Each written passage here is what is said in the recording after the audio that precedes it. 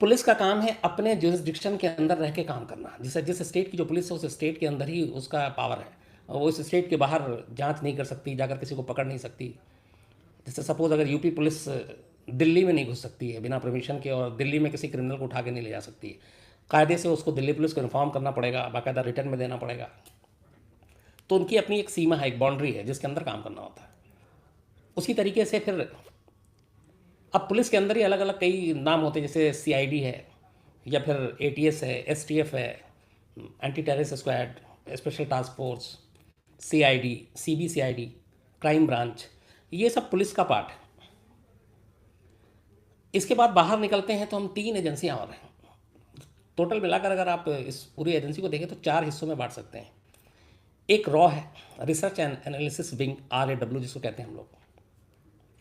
Raw का काम है कि हिंदुस्तान की सीमा के बाहर, हिंदुस्तान के बॉर्डर के बाहर जो कुछ भी हिंदुस्तान के खिलाफ साजिश रची जाती है उसके बारे में जानकारी इकट्ठा करना, उसके ऊपर काम करना। तो रॉ इंडिया के अंदर काम नहीं करती है। रॉ का काम है हिंदुस्तान की बॉर्डर के सीमा के बाहर जाकर काम करना, वहाँ से इन्फॉर्मेशन बटोरना और वो इन्फॉर्मेशन लाकर देना ताकि हम उस पर कुछ कार्रवाई कर सकें। तो रॉ हो गई। दूसरी एजेंसी फिर होती है IB, इंटेलिजेंस ब्यूरो, जिसको हम खुफिया ब्यूरो भी कहते हैं। खुफिया ब्यूरो देश के अंदर ही काम करती है, ये देश के बाहर नहीं जा सकती। जैसे रॉ देश के अंदर काम नहीं कर सकती, सिर्फ बाहर करेगी। IB का काम है सिर्फ देश के अंदर ही वो उसका पावर है। देश के अंदर देश के खिलाफ कौन सी साजिश रची जा रही है, चाहे वो आतंकवाद की साजिश हो या कोई और बड़ी साजिश हो, ये IB का काम है कि वो उसका इनपुट निकाले और वो होम मिनिस्ट्री को दे। और फिर कंसर्न स्टेट, अगर सपोज एक पता चलता है कि महाराष्ट्र में कोई ब्लास्ट होने जा रहा है और ऐसे ऐसे आतंकवादी आ गए हैं, तो IB उसका काम है कि वो पता करती है और वो महाराष्ट्र पुलिस को बताएगी कि आपके यहाँ ऐसी ऐसी चीज़ें हो रही हैं, आप इसको रोको। तो पुलिस स्टेट सब्जेक्ट हो गया, हर स्टेट का है। रॉ हिंदुस्तान के बाहर की साजिश के बारे में जानकारी जुटाती है। IB हिंदुस्तान के अंदर की जो साजिश है उसके बारे में जानकारी उठाती है। और IB और रॉ दोनों सीधे सीधी होम मिनिस्ट्री के अंदर में काम करते हैं। मतलब जो केंद्रीय सरकार है, सेंट्रल गवर्नमेंट है, उसकी जो होम मिनिस्ट्री है वो उसको रिपोर्ट करते हैं। अब उसी में एक तीसरी है CBI, central bureau of investigation. CBI एक तरह से, इसको आसानी से समझिए तो ऐसा है कि जैसे पुलिस का काम है कि एक स्टेट की बाउंड्री के अंदर वो हर तरह के क्राइम और उन चीज़ों को रोके और समझे, CBI पूरे देश के अंदर ऐसे क्राइम की जांच करती है।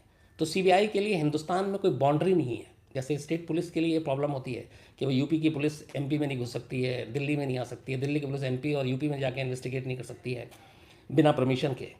लेकिन CBI को परमिशन की ज़रूरत नहीं है। CBI हिंदुस्तान के किसी भी कोने में जाकर किसी भी मामले की जांच कर सकती है, ये उसको अथॉरिटी है। आमतौर पे ऐसे बड़े केसेस जिसमें कुछ पॉलिटिकल कनेक्शन हो, जिसमें ऐसा लगता है कि इसकी इन्वेस्टिगेशन, इसकी जांच एक राज्य से ज़्यादातर दूर तक फैली हुई, इसमें कई स्टेट शामिल हैं, तो ऐसे मामलों की जांच CBI को दी जाती है। बट CBI किसी भी मामले की खुद जांच नहीं करती है।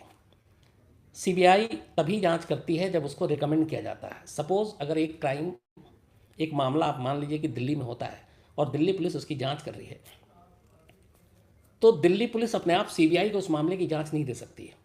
दिल्ली की जो गवर्नमेंट है वो रिकमेंड करेगी। हालांकि अब दिल्ली यूनियन टेरिटरी है, यहाँ पे होम मिनिस्टर और ऐसा नहीं होता, तो इसको ऐसे समझ लीजिए कि आप मान लीजिए यूपी है, यूपी में एक क्राइम हुआ।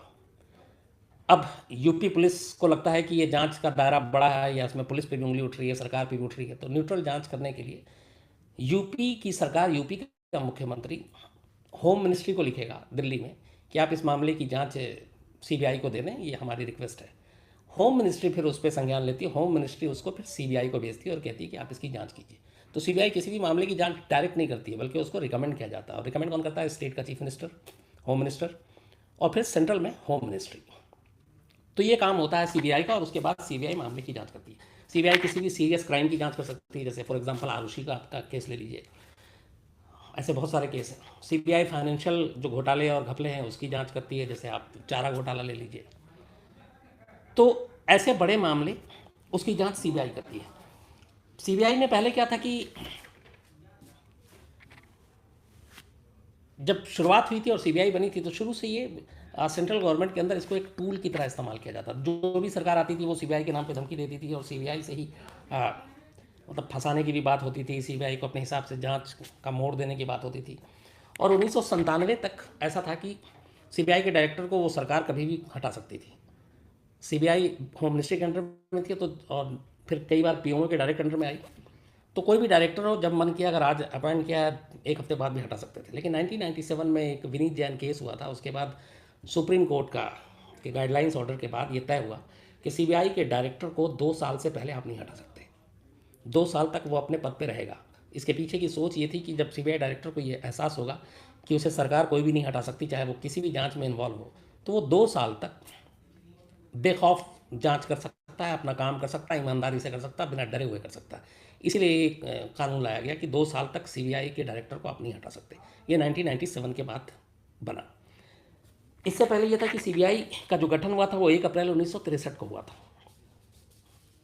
तब उससे पहले ये क्राइम ब्रांच टाइप की कुछ चीज़ थी, अंग्रेज़ों के ज़माने में थी। लेकिन 1963 में सीबीआई को यही देखते हुए कि सीमा का विवाद है, स्टेट आप आपस में लड़ रहे हैं, तो एक सेंट्रल एजेंसी होनी चाहिए, तो सीबीआई का गठन हुआ था।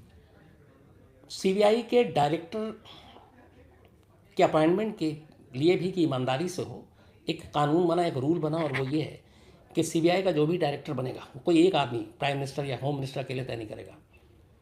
उसकी एक कमेटी होगी।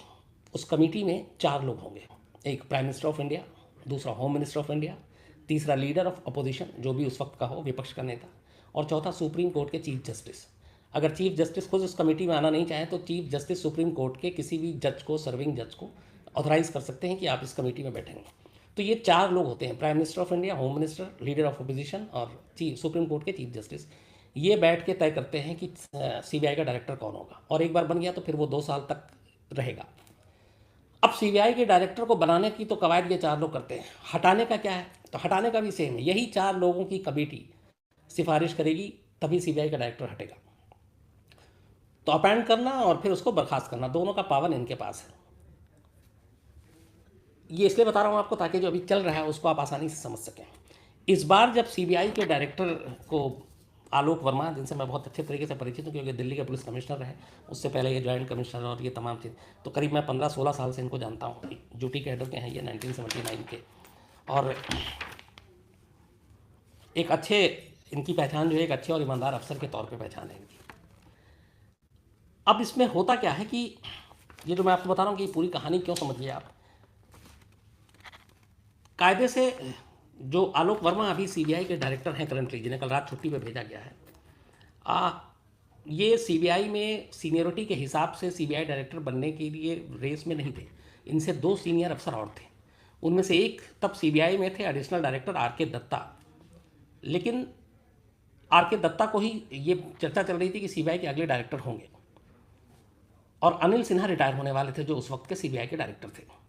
लेकिन अनिल सिन्हा के रिटायरमेंट से ठीक कुछ दिन पहले आर.के. दत्ता का ट्रांसफ़र होम मिनिस्ट्री में कर दिया जाता है। अब जैसे ही वो होम मिनिस्ट्री में चले जाते हैं तो इसका मतलब है कि सीबीआई डायरेक्टर के लिए अब उनके नाम की वो नहीं होगी, उनके नाम पे चर्चा नहीं होगा।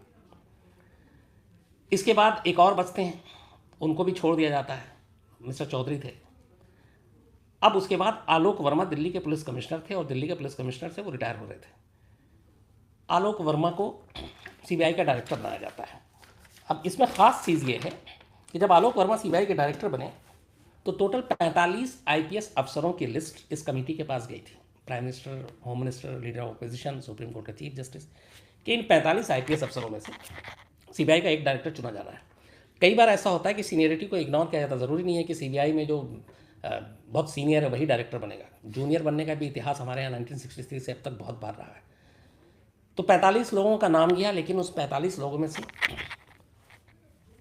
आलोक वर्मा को चुना गया सीबीआई डायरेक्टर के पद के लिए। उसकी वजह कहते हैं कि जो हमारे एनएसए हैं, national security adviser Ajit Doval, Alok Verma से उनके बड़े अच्छे रिश्ते हैं, और अजीत डोभाल ही वो शख्स हैं जिन्होंने आलोक वर्मा की पैरवी की। इसके अलावा भी आलोक वर्मा के सरकार के साथ जो करंट सरकार है उनके रिश्ते अच्छे थे, तो इसलिए आलोक वर्मा के नाम पे ये क्लियर हो गया सीबीआई डायरेक्टर। अब दूसरे आते हैं जो राकेश अस्थाना, सीबीआई में इस वक्त नंबर 2 है। जो 2 हैं, तो जब अनिल सिन्हा सीबीआई के डायरेक्टर पद से रिटायर हुए, उसके बाद केयर टेकर के तौर पर सीबीआई का डायरेक्टर बना दिया था सीधे सीधी राकेश अस्थाना को। राकेश अस्थाना 1984 बैच के गुजरात कैडर के आईपीएस अफसर हैं। और इनके बारे में ये कहते हैं कि ये शुरू से, चूँकि गुजरात में इन्होंने बहुत काम किया, उससे पहले ये सीबीआई में भी रहे। फॉर्डर स्कैम जो चारा घोटाला, उसमें इन्होंने काम किया, उस एक केस में लालू यादव को जेल भी जाना पड़ा। गोधरा जो ट्रेन में हादसा हुआ था 2002 में, उसकी भी जांच राकेश अस्थाना ने ही की। अहमदाबाद ब्लास्ट जो 2008 में सीरियल ब्लास्ट हुआ था, उसमें भी राकेश अस्थाना शामिल थे। इसके अलावा जो आसाराम और नारायण साईं, दो अपने बाबा बड़े, इन पूरे मामले की जांच भी राकेश अस्थाना ने की। तो इन्होंने ऐसे बड़े बड़े केस किए, लेकिन इनकी असली जो पहचान बनी वो ये कि ये अमित शाह और जो बीजेपी के राष्ट्रीय अध्यक्ष हैं और नरेंद्र मोदी प्रधानमंत्री, इनके बहुत करीबी हैं। तो जब केयरटेकर बनाया गया और उसके बाद ये लगा कि अब राकेश अस्थाना अगले सीबीआई के डायरेक्टर होंगे, तब प्रशांत भूषण ने सुप्रीम कोर्ट में एक याचिका दाखिल की। उन्होंने कहा कि इस तरीके से सीबीआई डायरेक्टर नहीं बनना चाहिए, सीबीआई डायरेक्टर का जो रूल है वो फॉलो। तो फिर बाद में कमेटी बैठी और राकेश अस्थाना को की जगह पे आलोक वर्मा सीबीआई के डायरेक्टर बन गए। टसल और लड़ाई वहीं से शुरू हुई। उनके बनने के बाद राकेश अस्थाना को स्पेशल डायरेक्टर बना दिया गया। सीबीआई में स्पेशल डायरेक्टर का मतलब होता है डायरेक्टर के बाद नंबर 2। हालांकि आलोक वर्मा ने इसका विरोध किया। उनका कहना यह था कि राकेश अस्थाना के ऊपर करप्शन के 6 चार्जेस पहले से हैं, उसमें से एक गुजरात का था, तो इसलिए उनको ऐसा महत्वपूर्ण पद नहीं दिया जाना चाहिए। लेकिन गवर्नमेंट ऑफ इंडिया ने ये माना नहीं और राकेश अस्थाना को नंबर 2 बना दिया। कहा यह जाता है कि 2 होने के बाद भी राकेश अस्थाना सीबीआई में बहुत सारे ऐसे काम करते थे, जैसे बहुत सारे खुद मीटिंग बुला लेते थे। डायरेक्टर नहीं है, उनके पीछे में डायरेक्टर हैं तो भी, जबकि वो पावर सीबीआई डायरेक्टर के पास था जो स्पेशल डायरेक्टर यूज़ कर रहे थे।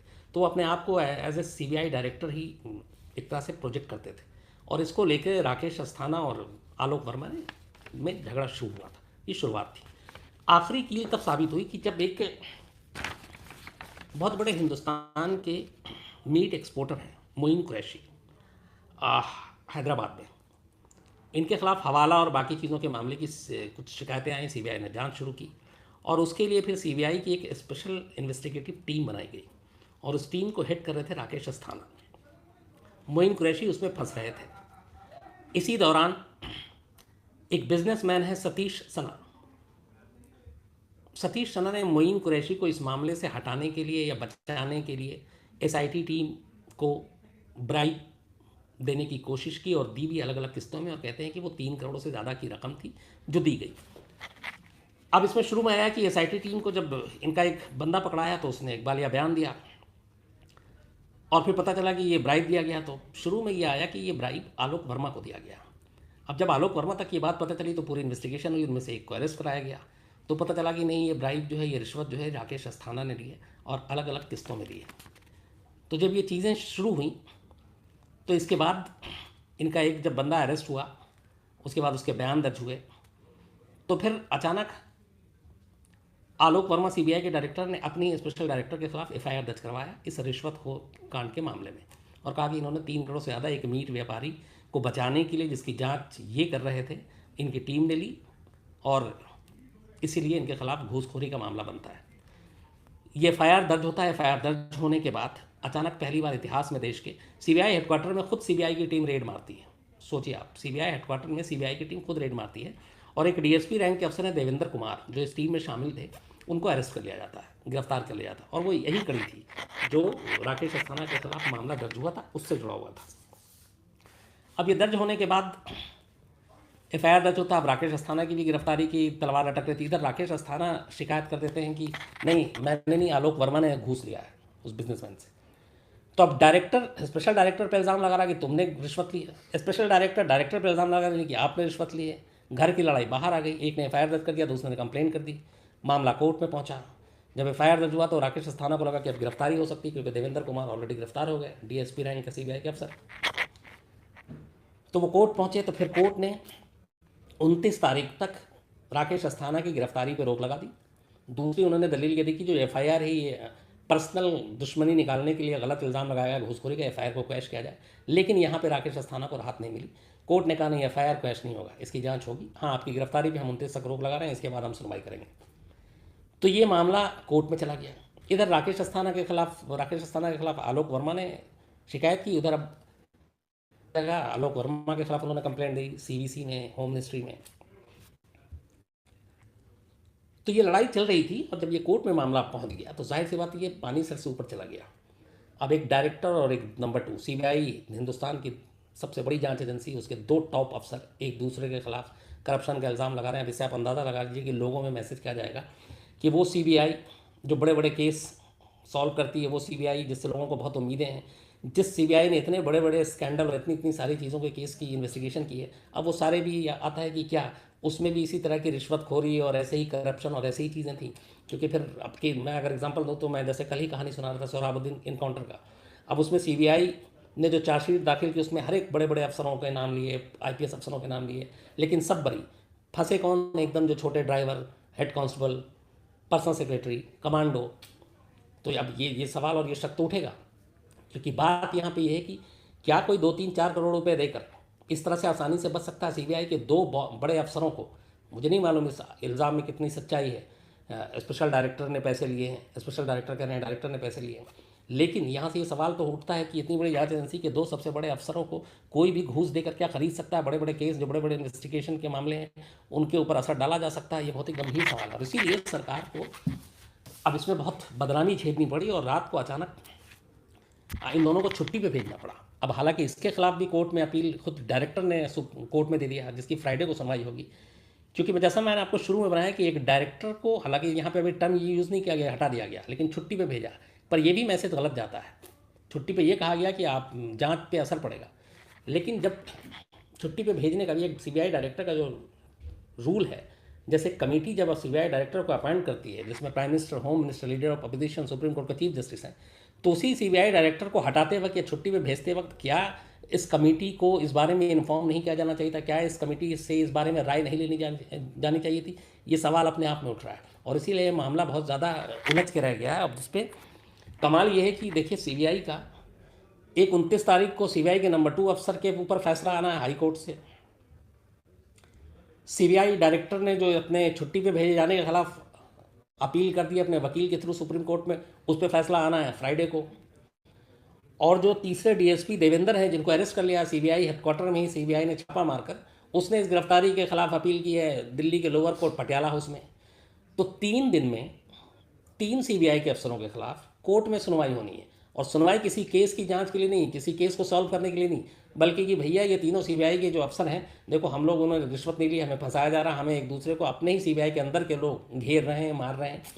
तो आप इससे अंदाज़ा लगा लीजिए कि एजेंसी की पूरी जो प्रतिष्ठा है, इसकी जो इमेज है, उस पर कितना बड़ा धक्का लगा है कि अगले 3 दिनों में 3 कोर्ट में 3 सीबीआई के अफसरों के खिलाफ सुनवाई होगी और फैसला होगा, और तीनों आपस में एक दूसरे से लड़े हुए हैं।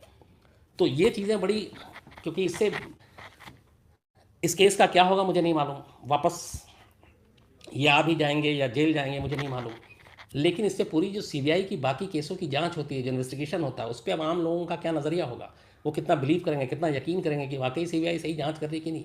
किसी भी केस को, हाँ, ABCD केस को उठा लीजिए, तो अब एक हमेशा मन में एक शक तो रहेगा, यार ये सीबीआई वाले भी तो ऐसे ही हैं, तो क्या पता इन्होंने भी पैसे ले लिए हो। जैसे ये सवाल अब उठ सकता है कि क्या पता आरुषि केस में भी कातिल पता था, लेकिन पैसे लेके सीबीआई ने उस वक्त जो जांच कर रहे थे, आईओ थे, जो डायरेक्टर थे, सबने इसको हशप कर दिया और ये कर दिया। ये तो अब हर केस पे सवाल और शक उठेगा, क्योंकि इसमें अच्छा कोई बाहरी गलती भी नहीं कि कोई इल्ज़ाम लगा रहा है, कोई पॉलिटिकल पार्टी इल्ज़ाम लगा रही है। यहाँ तो सीबीआई के अंदर से ही पूरी कहानी शुरू हुई और सीबीआई के अफसर ही एक दूसरे के दुश्मन बनकर और एक दूसरे से लड़ रहे हैं और एक दूसरे से ये सब कुछ कर रहे हैं। तो इसलिए ये अपने आप में बहुत ही डेंजरस चीज़ है। और इसका देखिए क्या होगा, क्योंकि अगले 2-4 दिन ये बड़े ही इंटरेस्टिंग होंगे इस पूरे मामले में। और फिलहाल जो खबर ये है, पहली बार दिल्ली पुलिस की टीम कल रात 1 बजे के बाद सीबीआई हेडक्वार्टर पहुंचती है लोधी रोड पे। वहाँ पे 10th और 11th फ्लोर जो है, 10th फ्लोर जो है सीबीआई डायरेक्टर का है, आलोक वर्मा जी का, 11th फ्लोर राकेश अस्थाना का है, उन दोनों को सील कर दिया गया है। एक नागार्जुन जो है, शायद मैं गलत नाम नहीं ले रहा हूँ तो उनको, नागेश्वर राव हैं, इनको फिलहाल अभी सीबीआई के डायरेक्टर का काम दे दिया गया है। और इन्होंने आते ही इन दोनों की टीम में जितने लोग थे, करीब 11 के 11 के ट्रांसफ़र कर दिए, अपने लोगों को अब रख दिया है। जांच भी शुरू हो गई है, कमरे सील हैं। तो एक अजीब माहौल है कि एक इतनी बड़ी जांच एजेंसी के दफ्तर में दिल्ली पुलिस घुस रही है और वहाँ पे जाके वो सील भी कर रही है और सब कुछ हो रहा है, और रात को ही सब कुछ आनन फानन हो रहा। आधी रात को सीबीआई के सारे तोते उड़ रहे हैं जो अब तक पिंजरे में बंद थे। तो ये चीज़ें कहीं ना कहीं ये बताती है कि सीबीआई के अंदर सब कुछ ठीक नहीं है, और अगर ठीक नहीं है तो इसके लिए जिम्मेदार कौन है, ये बड़ा सवाल है। तो मेरा मानना है कि जब भी ऐसी एजेंसी के साथ या ऐसी एजेंसी का आप राजनीतिकरण करेंगे, इसको आप पॉलिटिकल टूल के तौर पे यूज़ करेंगे, तो ये चीज़ें आपके सामने आएंगी और वही हो रहा है। अब तक सीबीआई को जिस तरीके से लोगों ने इस्तेमाल किया अपने अपने मौके से, चाहे वो कोई भी जिस गवर्नमेंट रही हो दिल्ली में, कोई भी दूध की धुली नहीं है, हर एक ने अपने अपने हिसाब से इस्तेमाल किया और इसलिए हमेशा वक्त वक्त पर ये बातें उठती रही हैं। तो उसका अंजाम ये है कि सीबीआई आज शायद उसकी पूरी साख को लेकर सवाल है, मुझे नहीं मालूम कि ये इमेज इतनी जल्दी कैसे बदलेगी। जैसे क्रिकेट में फिक्सिंग के बाद क्रिकेट पर यकीन करने में बहुत वक्त लगा लोगों को, उसी तरीके से इस सीबीआई की कहानी जो नहीं हुई है इसके बाद बड़ा मुश्किल होगा। इसमें एक और भी चीज़ है जो खबरें आ रही हैं, वो ये है कि जो आलोक वर्मा है, इन्होंने राफेल डील के बारे में भी कुछ जांच शुरू कर दी थी और कुछ पेपर थे, और कहा जा रहा है कि इसकी वजह से भी इनको इस वक्त सरकार चाहती नहीं थी और हटाना चाहती थी, क्योंकि विपक्ष का ऑलरेडी बहुत प्रेशर है। लेकिन कितना सच है, क्योंकि इसके बारे में मेरे पास कोई प्रूफ नहीं है। लेकिन ये सारी चीज़ें आ रही हैं। लेकिन जो सबसे बड़ी चीज़ है, जो आपके लिए भी जानना ज़रूरी है और हम सब के लिए, वो ये कि दो अफसर सीबीआई के टॉप, एक डायरेक्टर एक स्पेशल डायरेक्टर, दोनों बनते कैसे हैं? क्योंकि 45 आईपीएस की लिस्ट गई थी, सीनियर भी थे उसमें, जूनियर भी थे। एक एनएसए अजीत डोभाल के ख़ास, दूसरे अमित शाह और नरेंद्र मोदी जी के ख़ास। तो जब इस तरह से अपॉइंटमेंट होगी, इस तरीके से भर्ती होगी, तो फिर आप ईमानदारी, फिर आप नेक नियति, इन सारी चीज़ों की उम्मीदें बहुत कम करेंगे। क्योंकि जब कोई सिफारिश पे या इस तरीके की मजबूत कंधे का सहारा लेकर कोई ऊपर जाता है, तो फिर सामने वाले के एहसान भी उतारे जाते हैं, और यही चीज़ें गलत है। ये होना नहीं चाहिए। कुछ एजेंसियां ऐसी हैं जिनको बिल्कुल खुली छूट होनी चाहिए, ईमानदारी से काम करने का मौका मिलना चाहिए, बिना डर बिना खौफ के वो काम करें। लेकिन यहाँ पॉलिटिकल प्रेशर इतना होता है कि जिसकी वजह ये है कि आज हम लोगों के सामने सीबीआई ऐसा लग रहा है कि सिवाय एक घूसखोर एजेंसी के कुछ है ही नहीं। आज तो बहुत सारा मैं देख रहा था, सोशल मीडिया पे भी चल रहा था कि अब सीबीआई का नाम सेंट्रल ब्यूरो ऑफ इन्वेस्टिगेशन नहीं बल्कि करप्ट ब्यूरो इन्वेस्टिगेशन हो किसी ने रखा है, कोई कुछ कह रहा है। लेकिन कुल मिलाकर ये नहायत अफसोसनाक है और अफसोस की बात है, ऐसा होना नहीं चाहिए। तो मुझे लगता है कि जो आप लगातार देख सुन रहे हैं सीबीआई के बारे में, ये पूरी कहानी थी जो मुझे लगा कि आज आपके साथ शेयर करना चाहिए और बताना चाहिए। और इत्तेफाक की बात यह है कि जो दोनों अफसर हैं, अमन अटू, इन दोनों से मेरे बड़े मतलब पुरानी जान पहचान है, इसलिए कि क्राइम रिपोर्टिंग में दोनों ही पुलिस से आए हैं। अच्छा, सीबीआई में ज़रूरी नहीं है कि कोई भी मतलब जो फोर्स है, मैंने पहले ही बताया कि वहाँ से ये लोग लेते हैं। सीबीआई में अपने लोग सीबीआई के लिए कोई अलग से नहीं होता है। और इस वक्त मेरे पास एक डेटा भी है जो मैंने कोशिश की थी आप ही लोगों के लिए रखने की, कि एक्चुअली सीबीआई में इस वक्त करीब मतलब टोटल जो पोस्ट है वो 7274 पोस्ट हैं सीबीआई में, director, special director, joint director सब मिलाकर। लेकिन 31 दिसंबर 2017 का जो मेरे पास फिगर है उसके हिसाब से इस 7274 पोस्ट में से 1365 पोस्ट खाली हैं, sorry case pending, 1365 case pending है अभी तक। जबकि 1365 केस पेंडिंग है, इसको आप ये फिगर को कम इसलिए मत लीजिएगा क्योंकि सीबीआई के पास हर केस नहीं पहुंच जाती है क्राइम की। बहुत ही, मैंने जैसा शुरू में बताया कि रिकमेंडेशन होता है, स्टेट गवर्नमेंट करती है, फिर आती है। तो अगर 1000 कोई क्राइम होता है उसमें से एक सीबीआई के पास पहुंचती है, हर केस नहीं जाती। तो ऐसे में ये फिगर बहुत ज़्यादा चौंकाता है। दूसरा जो 7274 टोटल पोस्ट है सीबीआई में, उसमें से भी कमाल देखिए कि 1329 ये खाली हैं अभी तक, इसमें सीनियर पोस्ट में। तो जब एक तो लोग कम हैं, ऊपर से केस पेंडिंग इतनी है, तो फिर सीबीआई के ऊपर बर्डन भी है और ऊपर से पॉलिटिकल प्रेशर है और करप्शन के अब चार्जेस अंदर से ही आ रहे हैं, बाहर से तो लग नहीं रहा। तो ये सारी चीज़ें मिलाकर स्थिति को इन्होंने बड़े गंभीर कर दिया, बड़ा सीरियस है। बट हम लोग को ये होप करना चाहिए कि ये सारी गंदगी साफ़ हो और सीबीआई एक सीबीआई की एजेंसी के तौर पे काम करे, और जो लोगों को इंसाफ दिलाने का काम है, जो बड़े बड़े केसेस हैं, जैसे आज भी हम लोग रोते हैं कि आरुषि में ये नहीं हुआ या सोहराबुद्दीन में ये नहीं हुआ, तो उसकी वजह है कि जब ऐसी एजेंसी अपनी ईमानदारी से काम नहीं करेगी तो फिर जांच पे भी सवाल उठेंगे, आपकी इमेज पे भी सवाल उठेंगे, पूरी एजेंसी पे भी सवाल उठेंगे। तो जब तक सीबीआई को आप पिंजरा के अंदर एक तोता बना के रखेंगे, उसका हशर यही होगा। सीबीआई को आप एक आज़ाद तोता के तौर पे छोड़ दें तो फिर देखिए कि वो कैसे अपना काम करती है। तो मुझे उम्मीद है कि आपको सीबीआई से रिलेटेड जो भी चीज़ें चल रही हैं उसके बारे में मैंने कोशिश की जिस तरीके से समझा। हाल कहानी में जितना ही अब आपसे मुलाकात होगी कल रात 9 बजे किसी नई कहानी के साथ, तब तक अपना ख्याल रखिएगा। Thank you very much.